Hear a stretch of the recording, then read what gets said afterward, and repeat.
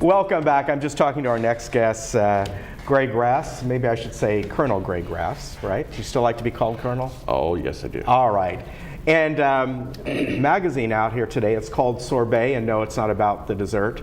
Yeah, on the front cover, we have our guest on today, so if you want to pick that up, this is the May issue, and talks about all kinds of election things, and as well as other things as well. But good article about you. Yes, it's a magazine for seniors. Yeah, it is. And has a large distribution here in South Orange County, and they did an article on me. And yeah. She goes, let me do a page or two, and I end up 4 pages. I know. So that's great. Yeah, good article, pictures of your family, your history and all. So first of all, let's talk about the district that you're running in, the 45th. It obviously includes this area, yes. Laguna Woods. But the other areas, it's sort of a district that goes from Irvine to Mission Viejo up to the foothills. Right. The southern part of the district's Mission Viejo, Laguna Woods, Laguna Hills, and it heads up north through Lake Forest, Rancho Santa Margarita, Irvine, Tustin, and Anaheim Hills. It goes pretty much up to the 55. Yeah, if you looked at it on a map, it covers a lot of different demographics. Right. About 800,000 people. Yeah. So why is it that you were choosing to run? You're currently on the council of Mission Viejo, correct? Correct. And wonderful past that you've had working for the military for about, what, 30 years? 30 years active duty in the Marine Corps. Yeah. I was a Marine Corps fighter pilot and 3 combat tours. Wow. Most of my flying was off the aircraft carriers. I flew off the USS Midway. Did you really? Which is now a museum down in San Diego. Yeah, it's a wonderful museum. I did 2 tours on the Midway, and then my latest was on the USS Abraham Lincoln when I was a fighter squadron commander. Wow. Commander and officer, yeah. So you've landed on an aircraft carrier. About 450 carrier landings and takeoffs, so you want to be the same. Yeah, that's true. No, I just really enjoyed flying in the military. My father was a World War II pilot.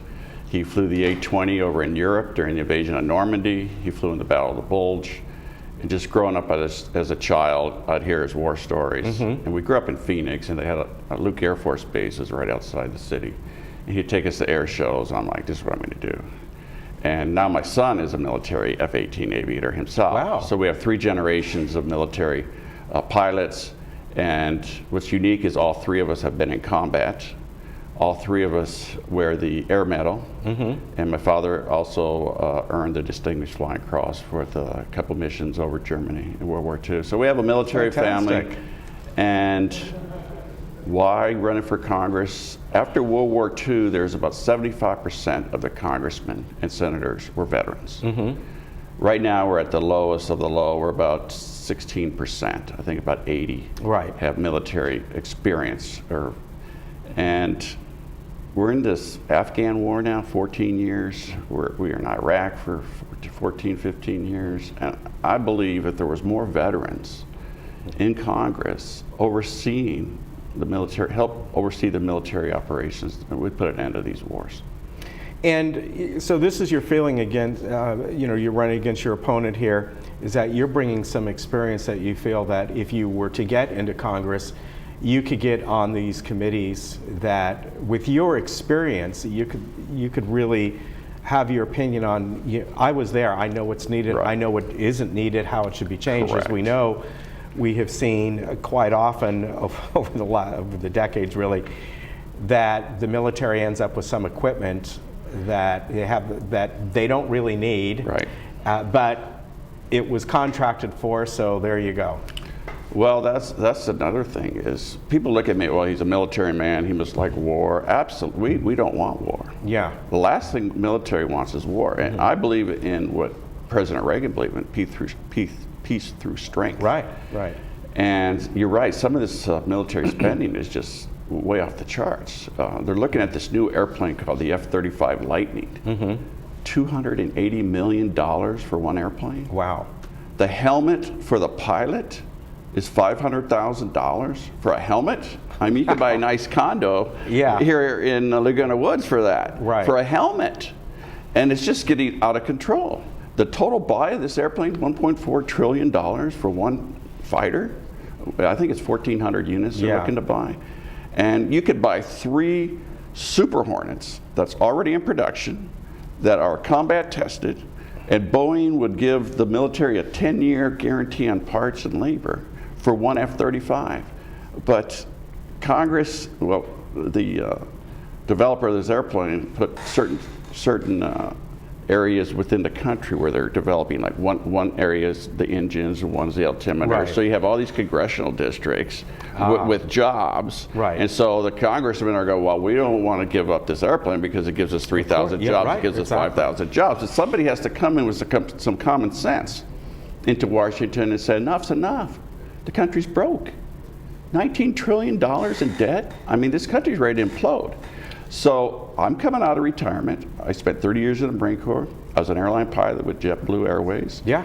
President of my own company. I'm currently an author and a publisher, but I need to get to Washington to get this, fix this mess. You know, you brought up a very good point that I imagine for a lot of congressmen and women throughout this country. It's that balance of bringing jobs to their community, their district that they represent. You got your foot over here in the state, but you got your foot over here in the federal budget as well. And to balance that, I would think it is a hard decision to make, isn't it? It is. I'm 62. Many of the congressmen are much younger. They're worried about the next election. Right. I'm not going to be worried about the next election. I'm going to go in there and say enough's enough. This is what the people in my district are telling me. I've lived in this district for 38 years. Right. I understand these people. A lot of veterans in the 45th Congressional District, and they're not happy. I just scheduled a physical exam with the VA. 5 weeks waiting list just to go to the VA. Yeah. That's unacceptable. Right. Why are illegal immigrants getting priority over veterans? That has to stop.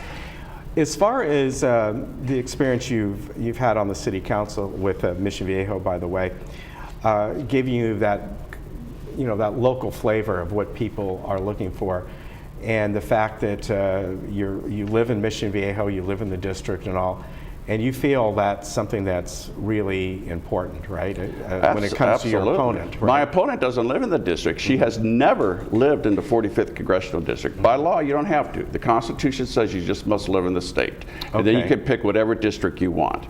She chose to pick the 45th. She lives in Laguna Beach, which is the 48th district. I live in the district. I want to represent the district. These are the people I understand. And I sit on the city council of Mission Viejo. We have a balanced budget. We have a surplus. We keep $30 million in reserves. Can you imagine the federal government if they had half of their budget in reserves? That'd be like $5 trillion. Yeah, it's exactly. crazy. Yeah. So, and plus we're considered the safest city in California. So we have the right mix of, we contract out with the Orange County Sheriff's Department. We found the right mix, us and myself and the other council members and the city manager. And we have the right mix of patrol officers on motorcycles and those in squad cars to keep us a safe city. So I understand government. And when I did run a couple years ago, they go, well, he has no government experience. Well, I have government experience now. We have a balanced budget, safest city, and we're just renovating our aquatic center, and we didn't have to go get a loan for it. We found the money, not tax dollars. We found the money for $7 million to upgrade our aquatic center where the Natadors train, which is a amazing group of future Olympians. It's a wonderful center. Yes. Yeah, a lot of Olympians come out of there. So we worked with the Natador saying, you need to come up with some money, and then we use the money coming in from developers. As they develop into our city, they have to give the city so much money for parks and recreation, so we use that. So we didn't spend any tax dollars money. Speaking of that on a much, much grander scale, we've got about a couple minutes left here. But of course, there's a lot of talk with our allies right now about our allies, meaning that some of the people running are saying, you know what, they got to pony up more money. Absolutely. And what's your take on that? Absolutely, positively. Again, if we had all this money, we could handle taking care of the world, but we don't. We're broke. I mean, to your seniors, especially in this city, the Treasury has robbed $4 trillion from the Social Security Trust Fund to pay for a lot of this other stuff. And that's just wrong. So yes, Japan must pony up, Germany must pony up, South Korea must pony up. And I believe in that. If we're going to send our troops around the world to defend and help other countries, they must pony up their fair share. And same with NATO. The countries in NATO must pony up if they want the United States to help out. All right. Your website, very easy. Greg Raths, GREGRATHS.com. Check me out there. The election's in 36 days. Right. Ask for your vote on June 7th. Greg Raths for Congress. A veteran, a businessman, and a city representative for the city of Mission Viejo. And Sorbet Magazine, check out that. You can get a lot more information about the Colonel, and it's a great article in there. It's really gives you a great background, pictures of your family and all that. Sir, thank you for coming on. We certainly appreciate it. Good luck to you. Yes, thank you. We love your city. All right. You guys are great. All right. It's always good to see you. Thank you very much. We'll be right back.